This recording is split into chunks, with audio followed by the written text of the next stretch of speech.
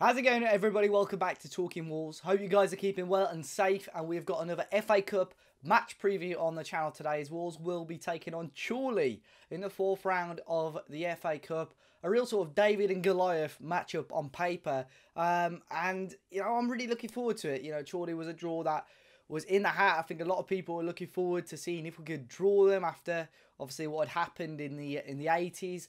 If you don't know much about that, I was planning to do a video, but just there's so many people that said they were at the game, and you can never find someone that can give you some good information. But Wolves have put some good reports and stories out on their website, which are definitely worth reading if you've got a spare 5 or 10 minutes. As always, today I'm going to be giving my thoughts ahead of the game, my prediction. We've got a Chorley perspective as well, giving you the insight on how Chorley have been getting on so far this season and what they expect ahead of this game.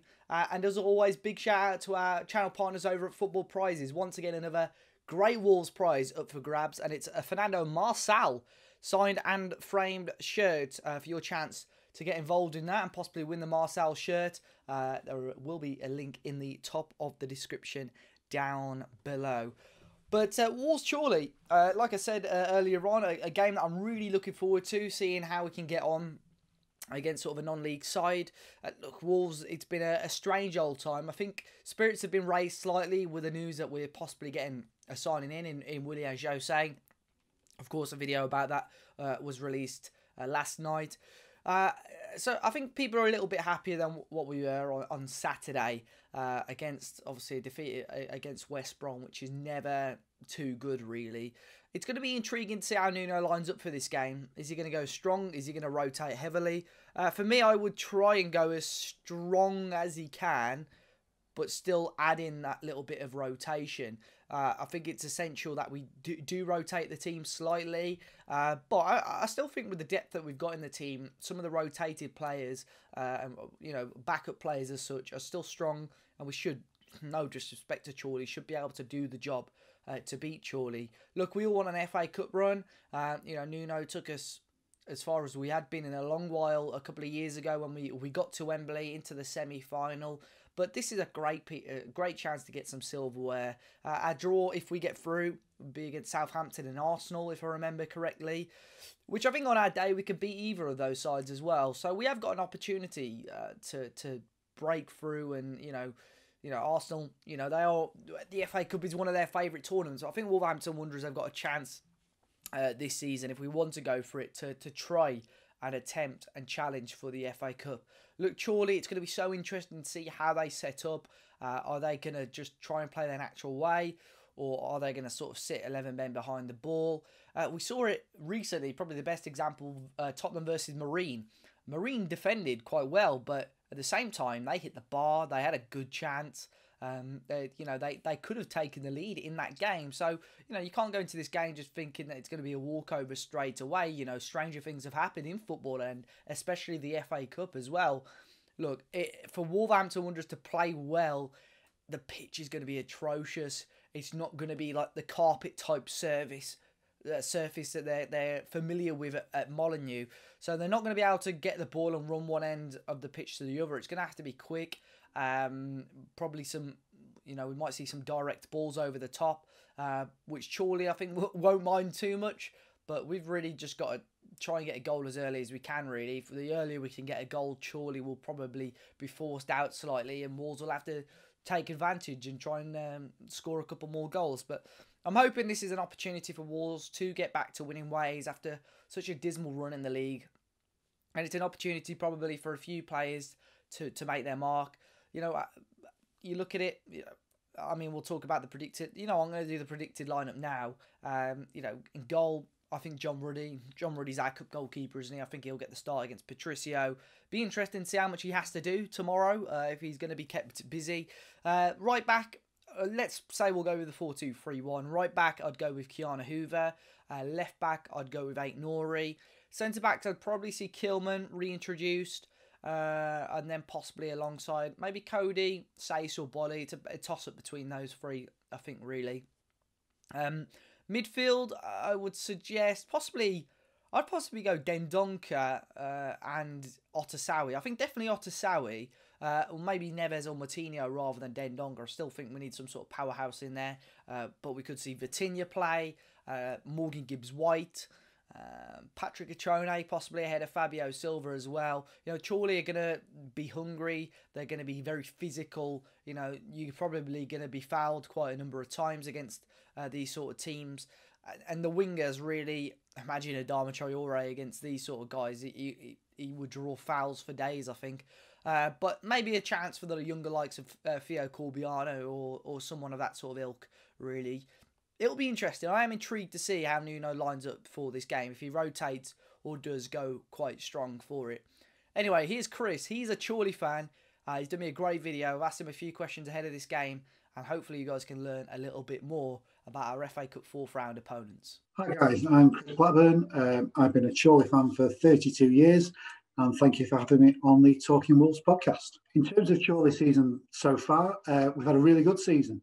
Rebuilding after last year's National League campaign where we finished bottom, although we did only lose quite a lot of games just by the odd goal, and another day could easily have been sort of mid-table, I think, given how we played.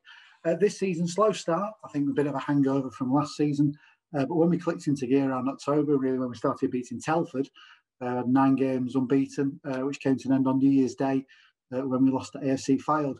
The only other game we've lost of late was against Leamington, where we, I think, had a bit of a hangover after the Derby game, which was to be as expected.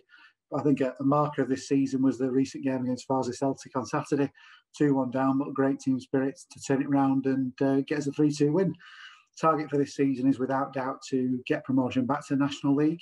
I think it's a very even competitive division, but I think we've got a squad that's more than capable of getting promotion. In terms of the FA Cup run, it's been fantastic. It's difficult to put into words what it's meant to the fans, and I think it's been a real lifesaver for the club, estimated well over £300,000 in revenue that we simply wouldn't have got. Started all the way back in October. We beat Gateshead in it was our first game of the season. Then we beat York, who'd already beaten us in the league at that point, so it was fantastic to get through to the 4th qualifying round. Then we were very lucky, we got the bye, so we were drawn against Macclesfield, so we got a bye through to the proper rounds, and that's really where the journey commences. 2-0 down at Wigan, they go down to 10 men, we win 3-2 after extra time, which was fantastic for a derby for a team only a few miles down the road. Then we beat Peterborough, having been 1-0 down in the first couple of minutes, and fully deserved to win that game 2-1. Then Derby, who had well-publicised coronavirus problems, but still a very professional performance to fully deserve a 2-0 win. And then great to get the draw of Wolves. We've never played a top division team before in a competitive game. We'd never been in the 3rd round proper before this season, never mind the 4th round proper. So it's absolutely fantastic. And it means a huge amount to the supporters. I think we've all been enthralled by it. I think the only thing that could have made it even better if we could have been there, to be fair. But on the whole, the FA Cup has been fantastic. It's a competition that means a lot to us, not just previous results, but 1990 when we beat Bury and then lost to Shrewsbury in the 2nd round, or were robbed, to be fair. And then we've been in the 1st round proper for the last 4 seasons, losing to Fleetwood, losing to Doncaster and losing to Mansfield before this season. So it's a competition that's meant a lot to the fans and brought us some much needed revenue and really proved that we can compete with teams higher up. In terms of the players that could cause Wolves some problems on Friday night, I don't think I'm breaking any confidences. I think the team's likely to be Matt Irwin in goal. At the back, Scott Lever and Halls, Birch and Baines. Probably across the middle, Shenton, Newby, Calverley and hopefully Tomlinson. Then up top, Cardwell and Connor Hull. I think the strength right across the park. I think the obvious ones are Cardwell and Hull, who've been fantastic in the cup run. Both got a point to prove this season. Have both fallen away from higher ranked clubs, but been fantastic since they came to us. I think we've got a couple of gems, to be fair. Tomlinson, who we signed a couple of months back, who's been on Blackburn's books, looks a fantastic player in the middle of the park. I think we've got Scott Leather, our captain at the back, who's a colossus of a player, fantastic defender, and I think can certainly won't be bullied by some of the Wolves players. Matt Irwin, our goalkeeper, I think is superb. Could easily be playing a couple of higher levels, and certainly I think we'll put in a great performance as he has done in all the cup ties and been fantastic on penalties due to our playoff success. But probably for me, Connor Hall, so the only Chorley player to score in all 3 rounds, scored against Wigan, the winner, scored a fantastic equaliser at Peterborough, and scored the first goal against Derby. really good striker, 1-in-2 strike rate, and I think given a chance, I think he'll put it away on Friday night. So I'm sorry to say I have very limited memories of 1986 when the clubs last met.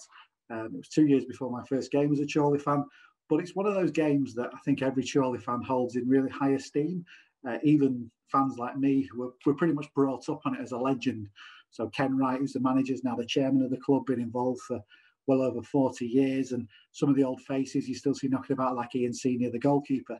A lot of the fans that you'll see on some of the videos that were taken around the time of the games, you still see them at Victory Park, although obviously some of them are no longer with us. And it's a really proud achievement for the club. And I think you could often argue that before this season, it was our biggest result. It's just a game that means so much to a lot of people. And I think that the fact it went to a second replay, the fact that we got the draw at Molineux, even though I think most people think our equaliser was slightly offside. But even now, watching the goals back and Mark Edwards getting the second and the beautiful finish for the third, it's just one of those games that I think all Chorley fans hold in really high esteem. And from that, we went on to play Preston North End and lose in a replay. But I think for a lot of Chorley fans, it's a very special memory. And to be back page of the Daily Mirror and on the 9 o'clock news and all the rest of it, it's a real special memory and something that we're very proud of as a club. So score predictions for Friday night. I'm sure on a Talking Wolves podcast, I best be a bit careful. But I think probably our glorious FA Cup run's going to come to an end on Friday night. But it wouldn't surprise me if we cause a few problems or maybe even strike a little surprise early on. I can see us taking the lead maybe, or certainly getting level. I just think something mad's going to happen on Friday night. But I think ultimately your Premier League class will tell. I fully expect Nuno to pick a very, very strong team. A great opportunity to beat Chorley, and then obviously a home tie in the 5th round. So a really good chance to get into the quarterfinals. So I'm going to go for Chorley 2, Wolves 5. But I think it'll be a great night under the lights at Victory Park, and looking forward to it and hope you all enjoy it. Big thanks to Chris. You can find a link to his Twitter in the description down below. And fingers crossed we see Wolves advance into the 5th round of the FA Cup. It'd be great for us to continue our cup run and hopefully up the spirits and higher the morale ahead of next week's game against Chelsea. Guys, let me know your thoughts in the comment section down below ahead of this game. Hopefully you enjoy the matchup as well. And yeah, be sure to hit the like button, subscribe to the channel. If you are on a desktop version of YouTube right now, you might see a little join button pop up. If you want to click join, you become a Talking Wolves season ticket holder and help support us and the work we do here. I know on the mobile app, it doesn't show up, so you'll have to go on there, your computer for that one. But guys, enjoy the rest of your day, enjoy your weekend as well, and fingers crossed Wolves can get a win and we advance into the 5th round. I'll see you next time.